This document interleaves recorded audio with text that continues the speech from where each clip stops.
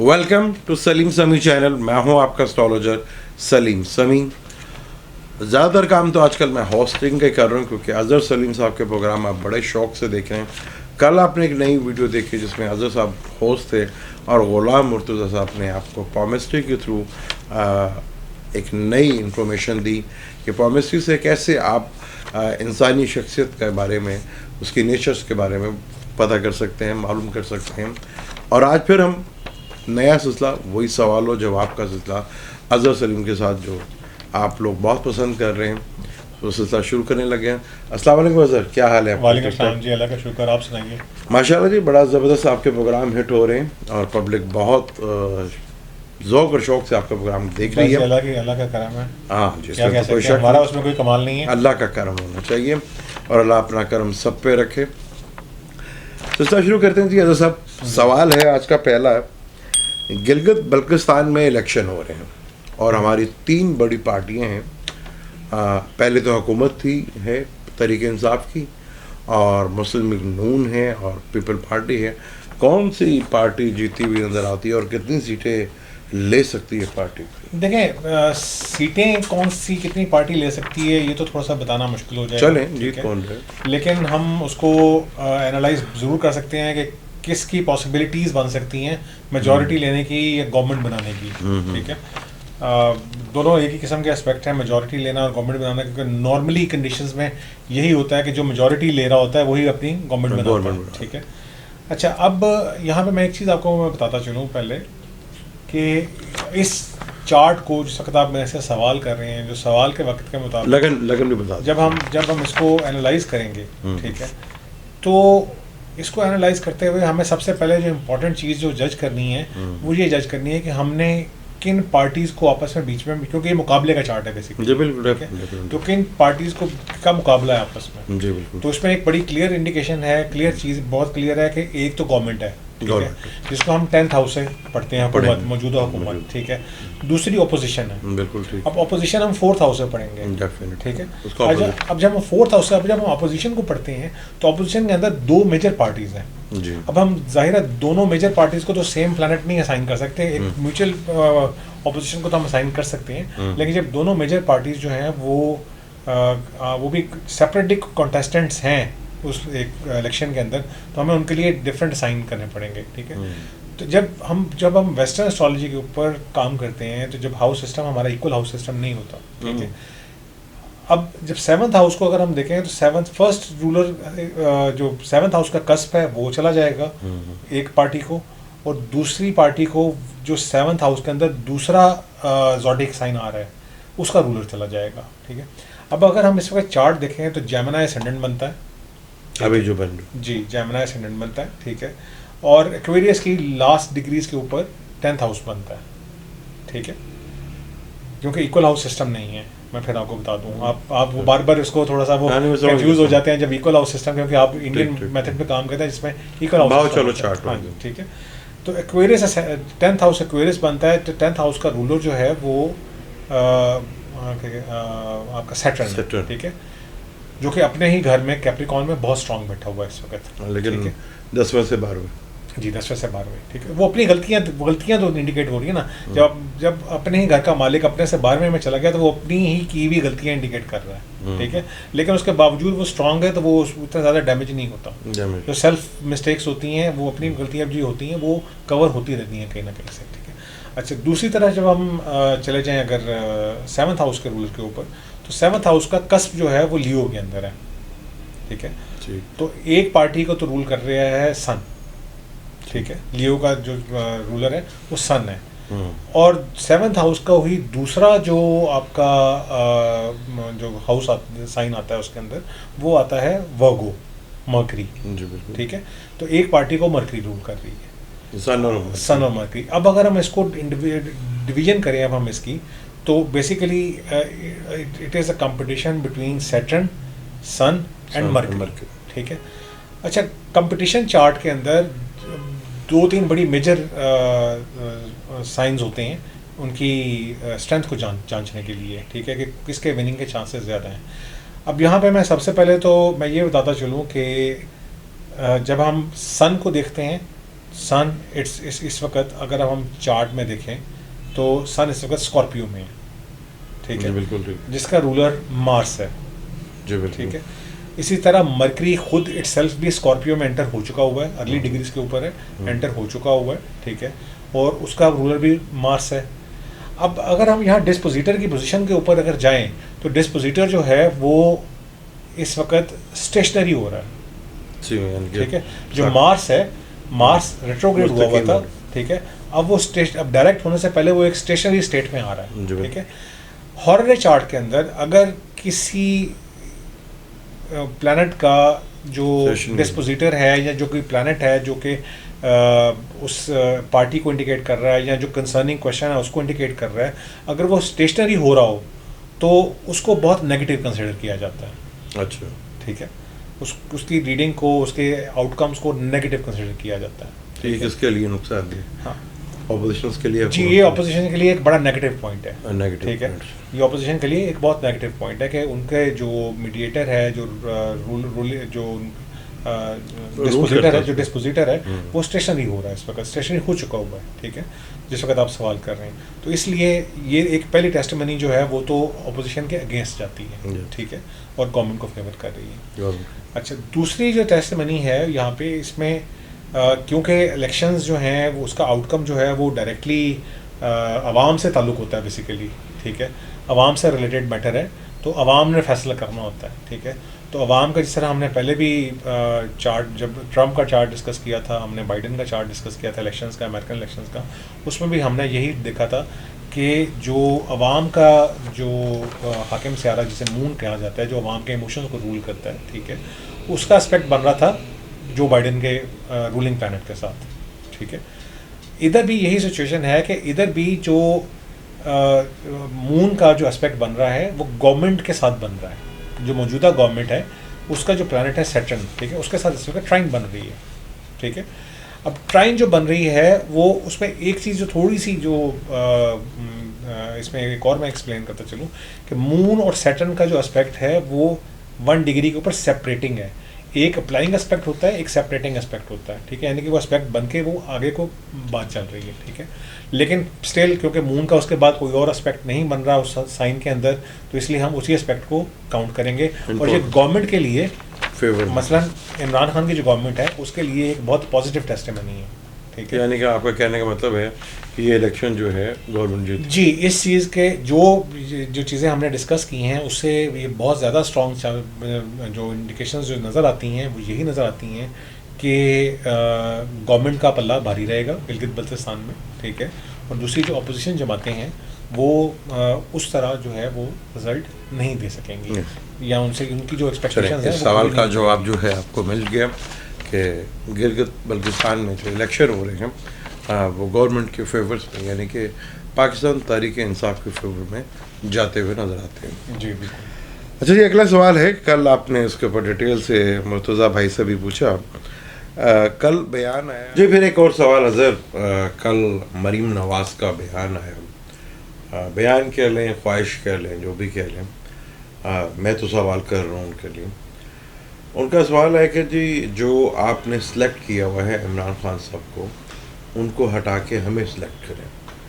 और मेरा ये सवाल है कि मरीम नवाज़ स्टैब्लिशमेंट और इमरान खान साहब स्टैब्लिशमेंट क्या रिलेशनशिप बनता है, किधर हैं ये तरकोन जो बनती है, ट्राइंग जो बन रही है, क्या इसका असर होगा, क्या मरीम की ख्वाहिश पूरी होगी? ठीक है, पहले तो कहती थी हम आवाम के पास जाएंगे, अब वो कह रही है कि नहीं स्टैब्लिशमेंट के पास जाएंगे। ठीक है, अच्छा, अब बात ये है कि अगर सारी चीज़ को हम एस्ट्रोलॉजी से अगर जज करें, ठीक है, तो इस हॉरोस्कोप के अंदर इस वक्त मरीम जो है, मरीम को हम 7th हाउस से पढ़ेंगे, ठीक है, क्योंकि वो बेसिकली डायरेक्टली ऑपोजिशन लीडर नहीं है, तो 7th हाउस से हम पढ़ेंगे, ठीक है। इस्टेब्लिशमेंट को एस्ट्रोलॉजी के अंदर अगर कोई जगह दी जाती है या कोई पढ़ा जाता है, कोई डीप स्टेट कह लें या इस्टेब्लिशमेंट कह लें इसको, तो उसको हम प्लूटो से पढ़ते हैं, ठीक है, जो भी अंडरग्राउंड एक्टिविटीज़ या एक्टिविस्ट होते हैं, ठीक है, जो खुफिया तौर पर रह के काम करते हैं, ठीक है, तो उसको हम प्लूटो से पढ़ते हैं, ठीक है। तो इस्टेब्लिशमेंट का जो रोल अगर पाकिस्तान में जो कहा जाता है वो भी एक खुफिया रोल ही होता है बेसिकली, ठीक है। अपफ्रंट होकर सामने नहीं आते वो जो भी है, तो उसको हम प्लूटो से पढ़ेंगे, ठीक है। और तीसरा खान साहब, जो ट्रायंगल आपने बनाई है उसका तीसरा कोना जो है वो इमरान खान साहब है, ठीक है, जो कि इस वक्त हुक्मरान है हमारे, ठीक है, और प्राइम मिनिस्टर हैं, तो वो 10th हाउस से पढ़े जाएंगे। अगर हम यहाँ पे प्लानिटरी पोजीशन असाइन करें इनको, तो 7th हाउस का रूलर है सैटर्न, ठीक है। प्लूटो जो है वो इस वक्त 7th हाउस के कस्प के ऊपर है ऑलमोस्ट, ठीक है, विद जुपिटर कंजक्ट हो रहा है, ठीक है। और इमरान खान साहब जो हैं वो 10th हाउस जो है वो इस वक्त एरीज है, जिसका मालिक जो है वो 10th हाउस के कस्प के ऊपर ऑलमोस्ट स्टेशनरी रेट्रोग्रेड है, ठीक है। अच्छा, यहाँ पे मैं सबसे पहले एक चीज़ मैं पहले ये बताता चलूँ कि स्टेशनरी रेट्रोग्रेड होने की वजह से, ठीक है, जो हुक्मरान है वो कुछ कमज़ोर पड़ गया यहाँ पे, ठीक है। हुक्मरान का मतलब खान साहब कुछ यहाँ पे कमज़ोर, इवन दो मार्स इन एरीज वो स्ट्रांग होता है, ठीक है, लेकिन स्टेशनरी रेट्रोग्रेड होने की वजह से स्टेशनरी सिचुएशन में जा रहा है, तो वो कुछ वीकनेस उसके अंदर आ जाती है यहाँ पे, ठीक है। लेकिन ये वीकनेस उनको यहाँ पे इस जिस वक्त आपने सवाल किया है उस मौके के मुनासबत से जो चार्ट बन रहा है उसमें वो उनको डैमेज करती हुई नज़र नहीं आ रही। उसकी वजह क्या? वजह ये कि अगर हम प्लूटो को देखें, ठीक है, प्लूटो अगर एस्टैब्लिशमेंट को देखें, एस्टैब्लिशमेंट के साथ जुपिटर है, जुपिटर एक्सपेंशन का लॉर्ड है, ठीक है, एक्सपेंशन लेके आता है। तो प्लूटो के साथ अगर जुपिटर कंजक्ट हो रहा है तो जो आपकी एस्टैब्लिशमेंट है या जो भी इस तरह की एक्टिविटीज़ हैं उसके अंदर एक्सपेंशन आ रही है, ठीक है। उसमें सिर्फ डीप स्टेट नहीं, उसमें गवर्नमेंट लॉज एंड रेगुलेशंस भी आ जाते हैं, ठीक है, उनमें एक्सपेंशन आ रही है, ठीक है, वो एक्सपैंड हो रहे हैं, ठीक है। अच्छा, दूसरी तरफ अगर देखा जाए तो जो मरियम है, ठीक है, वो कैप्रिकॉन में तो है, सैटर्न उनका कैप्रिकॉन में है इस वक्त, लेकिन वो बन करीब शिफ्ट होने वाला है स्कॉर्पियो एक्वेरियस के अंदर, ठीक है। अच्छा, अब यहाँ पे एक जो सबसे इम्पॉर्टेंट एस्पेक्ट जो है वो ये है कि एरीज का लॉर्ड जो मार्स है वो भी एग्जॉल्ट होता है कैप्रिकॉन के अंदर, ठीक है। तो जो प्लैनेट इस वक्त कैप्रिकॉन साइन के अंदर हैं वो चाहते हुए या ना चाहते हुए, दानिस्ता या ना दानिस्ता, वो बेनिफिट जो है वो मार्स को पहुंचा रहे हैं, ठीक है। मार्स को उनका बेनिफिट मिलेगा, ठीक है, वो खान साहब है, ठीक है। तो वो चाहे एस्टैब्लिशमेंट है, ठीक है, चाहे वो मरियम नवाज है, ठीक है, वो दानिस्ता या ना दानिस्ता, इवन मरियम ने बेशक ये बयान दे दिया, लेकिन ये बयान भी अल्टीमेटली खान साहब की फेवर में जाएगा किसी न किसी सूरत में। अभी तक तो जो ऑपोजिशंस की जितनी भी जो अभी तक उनकी एक्टिविटी हुई है जी, उससे गवर्नमेंट को फ़ायदा ही होगा जी। तो अल्टीमेटली जो ट्रायंगल है उसका आप ये कह लेंगे जो सबसे प्रोमिनेंट फिगर जो है वो इमरान खान साहब भी यानी जो ट्रायंग बन रही है इसका फेवर जो है वो खान साहब। अच्छा, ये जो मीडिया में भी रोज़ खबरें चलती हैं कि कभी मीडिया का कोई आदमी किसी के पास ले गया, कभी मीडिया का आदमी किसी सियासी बंदे के पास ले गया, कभी एस्टेब्लिशमेंट के पास ले गया, ये मीडिया का क्या फैक्टर रोल होगा? देखें, मरकरी इस वक्त मरकरी बेसिकली, ठीक है, और मरकरी इस वक्त स्कॉर्पियो में है, ठीक है, मरकरी इस वक्त स्कॉर्पियो में, हाँ, स्कॉर्पियो इस वक्त अगर नेचुरल ज़ोडिक में हम देखें तो 8th हाउस है, ठीक है। तो वो खुफिया एक्टिविटीज़ हैं, जो भी इस तरह की चीज़ें हैं जो कभी भी अप फ्रंट खुल के सामने ना आएँ, ठीक है, तो वो इस किस्म की चीज़ें तो इंडिकेशन है इसमें। लेकिन हम ये नहीं कह सकते कि इन्वॉल्वमेंट किसकी है, ठीक है, उसमें फॉरेन एजेंसीज हैं, लोकल हैं, या कौन है, ये नहीं हम उसमें आइडेंटिफाई कर सकते। लेकिन उसमें हम ये ज़रूर कह सकते हैं कि ये जो हिडन एक्टिविटीज़ हैं मीडिया की और मीडिया से रिलेटेड, वो ज़रूर इंडिकेट हो रही हैं यहाँ पे। अच्छा, मीडिया के अपने भी हिडन इंटरेस्ट होते हैं बेसिकली। आवाम से रिलेटेड एक सवाल, क्योंकि अगले 3-4 महीनों में हम देखते हैं, क्या आवाम को कोई रिलीफ मिलता हुआ नज़र आ रहा है, और क्या मुल्क के फाइनेंशियली मैटर्स बेहतर होंगे?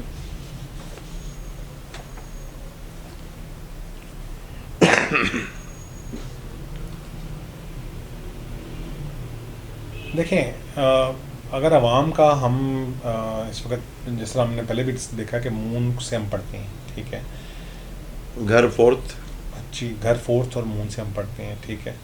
अब यहाँ पे अगर हम मून का एस्पेक्ट देखें तो मून इस वक्त जो है वीनस के साथ ऑलमोस्ट कंजक्ट होने जा रहा है, वेरी गुड, ठीक है, ऑलमोस्ट कंजक्ट होने जा रहा है। मून इस वक्त 14 डिग्री लिब्रा में है और वीनस 19 डिग्री लिब्रा में है, ठीक है। हो गया कंजक्शन। हाँ, ऑलमोस्ट कंजक्ट होने जा रहा है, ठीक है। थोड़ा सा जो एग्जैक्ट डिग्री की है उसमें है, बाकी थोड़ा सा तो यानी होने जा रहा है। जी होने जा रहा है। इसका मतलब जो सिंपल सा यही है कि यहाँ पे हाँ कुछ ना कुछ बेहतरी एक्सपेक्टेड कर सकते हैं कि हम, क्योंकि वीनस अपने घर का है तो खुशहाली तो आएगी, यानी कि दोनों पॉजिटिव प्लैनेट हाँ जी, का एक दूसरे। खुशहाली तो आएगी, ठीक है। अच्छा, एक बड़ा इंपॉर्टेंट सवाल मेरा, मैं हुकूमत कहूँ या इमरान एस्टेब्लिशमेंट के रिलेशनशिप कैसे नजर आते हैं आपको? देखें, बड़ा मुश्किल सवाल है। देखें मेरी पहले तो ये आइडेंटिफाई कर लें कि यहाँ पे अगर आप हुकूमत इमरान की तो हुकूमत की बात है।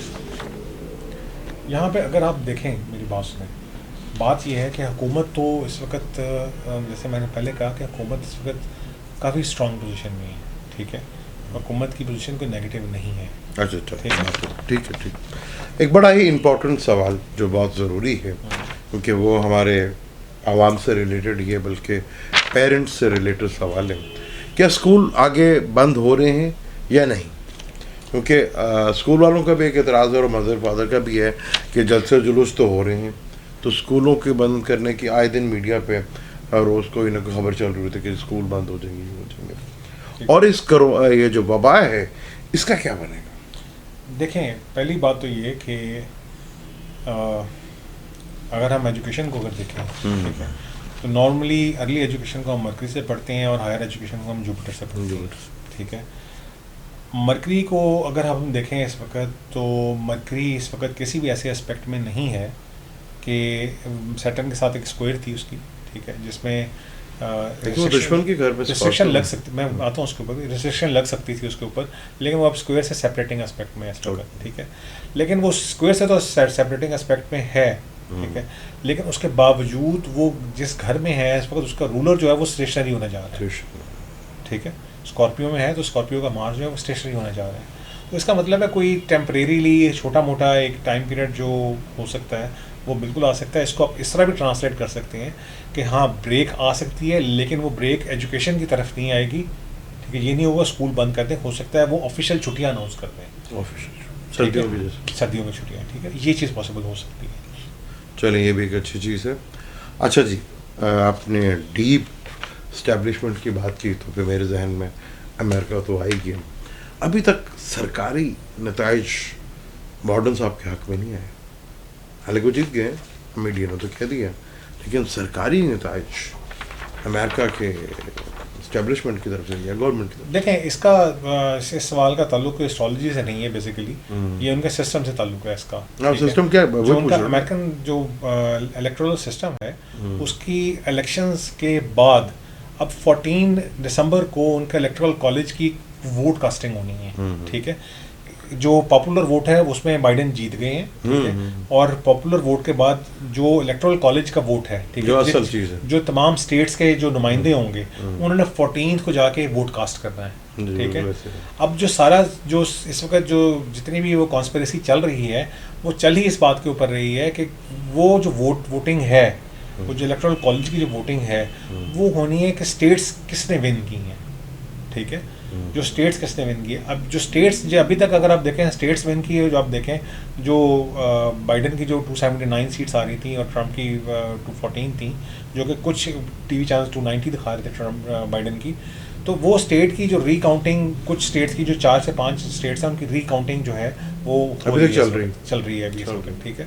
तो वो जैसे ही वो सारा फाइनल होता है तो उसके बाद 14 दिसंबर से पहले उनके ऑफिशियली उनके जो जितने भी स्टेट के जो गवर्नर्स हैं या स्टेट के जो ऑफिशियल्स हैं उनको ये 14 दिसंबर से पहले इलेक्शन से रिलेटेड हर डिस्प्यूट रिजॉल्व करना है, आइदर बाय कोर्ट और आइदर बाय रिकाउंटिंग। क्या लगता है?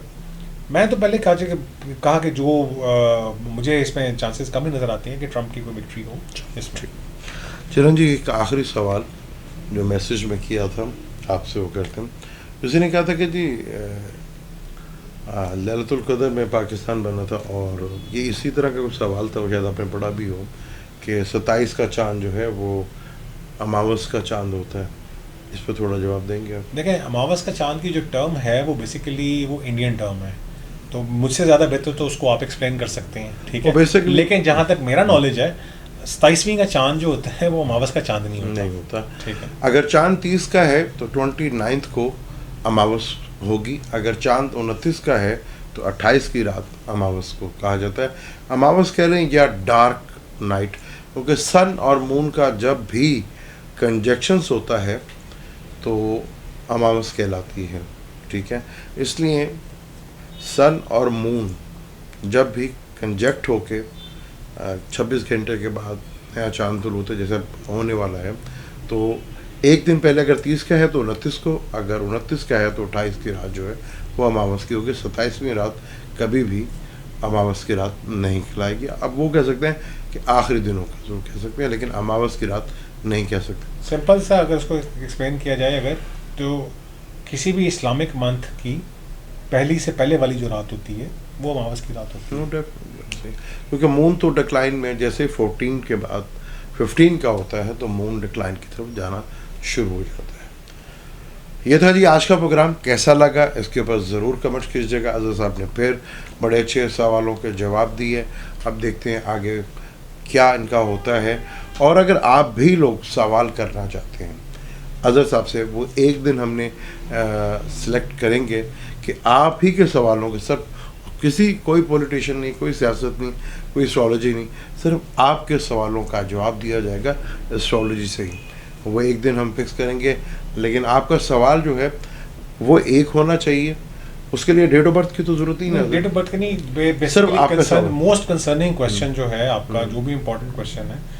और समटाइम्स अगर सवाल व्हाट्सएप पहले कर दें, क्योंकि समटाइम्स सवाल को जानने के लिए उसकी बैकग्राउंड जानना भी बहुत ज़रूरी होता है। बिल्कुल। तो अगर हॉरर एस्ट्रोलॉजी के अंदर ये चीज़ होती है कि बगैर बैकग्राउंड जाने, समटाइम्स होता है कुछ सवाल एम्बिगुअस से होते हैं जिनकी बैकग्राउंड आपको समझ नहीं आती, तो समझने के लिए उनकी बैकग्राउंड जानना लाजमी होता है।